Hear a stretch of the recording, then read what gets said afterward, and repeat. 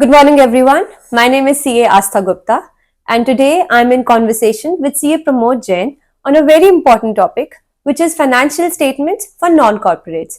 By non-corporates, we will include all those entities other than companies, which is proprietorship concerns, partnership firm, limited liability partnerships. So let's begin. My first question for you, sir, is who prepares the financial statement and who is responsible for it being true and fair? Namaste to all. Thank you, Aastha. In fact, yes, very important, the basic question out here, because many businessmen feel that it is the responsibility of the chartered accountant, the auditor, to prepare the financial statements. But the legal fact is that it is the duty of the management to prepare the financial statements. So, in case of proprietorship concern, proprietor; in case of partnership concern, the partners; in the case of companies, the directors. They are responsible for preparing and presenting the financial statements, and it is their duty that when they prepare and present the financial statements, they are reflecting the true and fair view. So, it is a duty of the management. Very true. I agree with you. This is a very basic requirement, and this confusion even till date prevails, in the market. So thank you for clarifying that. My next question is, who prescribes the financial statements formats? Astha, very important, because sometimes someone feels that there is no prescribed format somewhere. Right. Who gives it? So let us first take in the case of companies where the format is. The format is governed by the Schedule 3 of the Companies Act, True. and which has got 3 divisions. Division 1 is for all those companies who have to comply with the Companies Accounting Standard Rules 2021. Division 2 is for all companies who have to comply with the Ind AS, the converged IFRS. Okay. And Division 3 is for all those non-banking financial companies, NBFCs, who are following the Ind AS. Right. For all others, the financial statements are those which are prescribed by the Institute of Chartered Accountants of India.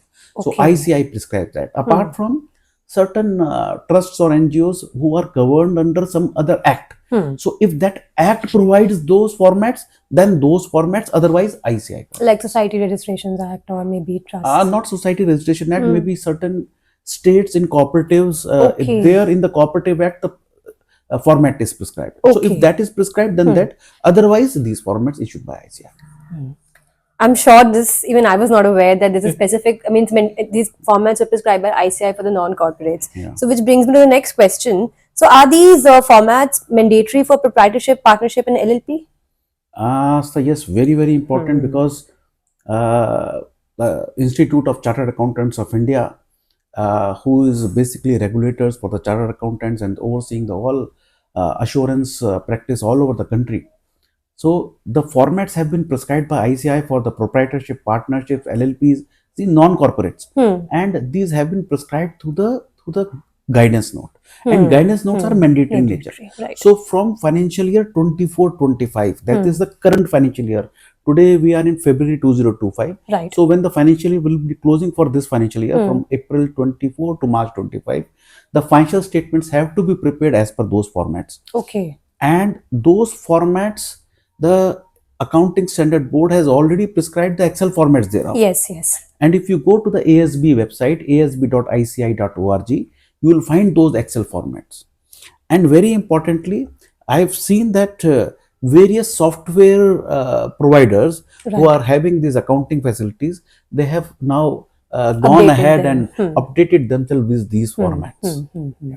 Okay. So I think this is a key takeaway for all the audience out here, that right from starting from FY 24-25, not only these formats are good to have, but they're mandatory now. So we need to issue some notes to our clients that they should start preparing the financial statement in these formats. Also, an extended question to this, does this cover NPOs as well, non-profit organizations? NPOs, the institute has provided the formats through a technical guide, so which is basically voluntary in nature, but I'll request that previous year figures have been mandatory since last 25 years. True. So use those formats which has been given by the institute, because that would be giving a true and fair view more appropriately. So one should use that. It's a good accounting practice. Okay. Now, what is the role of accounting standards in financial statements? If a financial statement is to be prepared and it has to reflect a true and fair view, unless it is complying with accounting standards, it will not be a true and fair view. Because if they are following accrual system of accounting, so matching concept and all those, they are all standardized through the accounting standards. So one has to ensure that when the financial statement, because it is the duty responsibility of the management Right. to prepare that on true and fair view. In that case, they have to comply with the accounting standards. They should comply. True. My next question is, who prescribes the accounting standards? Like, as a professional, not only me, I'm sure everybody in the professional circle, they're sometimes confused between, is it MCA, is it NFRA, is it ICAI? So, Yes, very important question, Aastha. A lot of confusion or discussions, I would say. Confusions, I will not say, discussions are there. But let us see, in India, how did accounting standards came into being? There was no accounting standard initially since the independence, I would say. The general accounting principles were there. And in 1977, the ICAI, the Institute of Chartered Accountants of India, they established the Accounting Standard Board. And in 1987, for the first time, two standards, AS4 and 5, were made mandatory. ICAI made it mandatory on its members, that when you audit, you have to ensure that they are complying with the accounting standards. And then later on in 1999, the Companies Act 1956, it was put in the law that the financial statements have to comply with the accounting standard as issued by ICAI. In 2006, the MCA notified the Companies Accounting Standard Rule of 2006. And now what is the law today? The law today is that the Institute of Chartered Accountants of India would recommend the accounting and auditing standards, both accounting as well as auditing standards, for the companies I'm talking about. So Institute would recommend, and the Ministry of Corporate Affairs, in consultation with NFRA, would be notifying the accounting standards which are to be complied with. So for the companies, ICAI recommends, and with the consultation of NFRA, MCA notifies. So for notification, applicability is only for the companies, the Ministry of Corporate Affairs. For limited liability partnership also, there is a change in the act. But till date, the MCA is yet to notify those standards. So they are complying with the ICAI standards. And for the non-corporates, it will be ICAI only. Yeah, for the non-corporate, the accounting standard, as I said, since 1987. So all others, if any regulation is providing specific guidance on those accounting standards, that these are to be complied with, like for Companies Act, and maybe in future, maybe next year, we are hoping for the limited liability. The standards would be same. The recognition, the measurement, disclosures, they would be same. But the notification would be there. But for all others, the standard issued by ICAI, that would be complied. So it was very interesting to see the journey of the evolution of accounting standards. So my next question is, which accounting standards are applicable to companies? So yes, in companies, there are two set of accounting standards. For listed entities and the companies whose net worth is more than 250 crores and above, they're holding subsidiary, associated, and joint ventures, they have to comply with the Ind AS, the converged IFRS. All others have to comply with the Companies Accounting Standard Rules 2021. So both these standards have been notified by MCA. Again, the same process, ICAI recommended, and in consultation with NFRA, earlier NACAS, the MCA has notified both these standards. So for the companies, those standards only have to be complied with. Got it. And for the non-companies? For the non-companies, it is the accounting standards which have been issued by ICAI.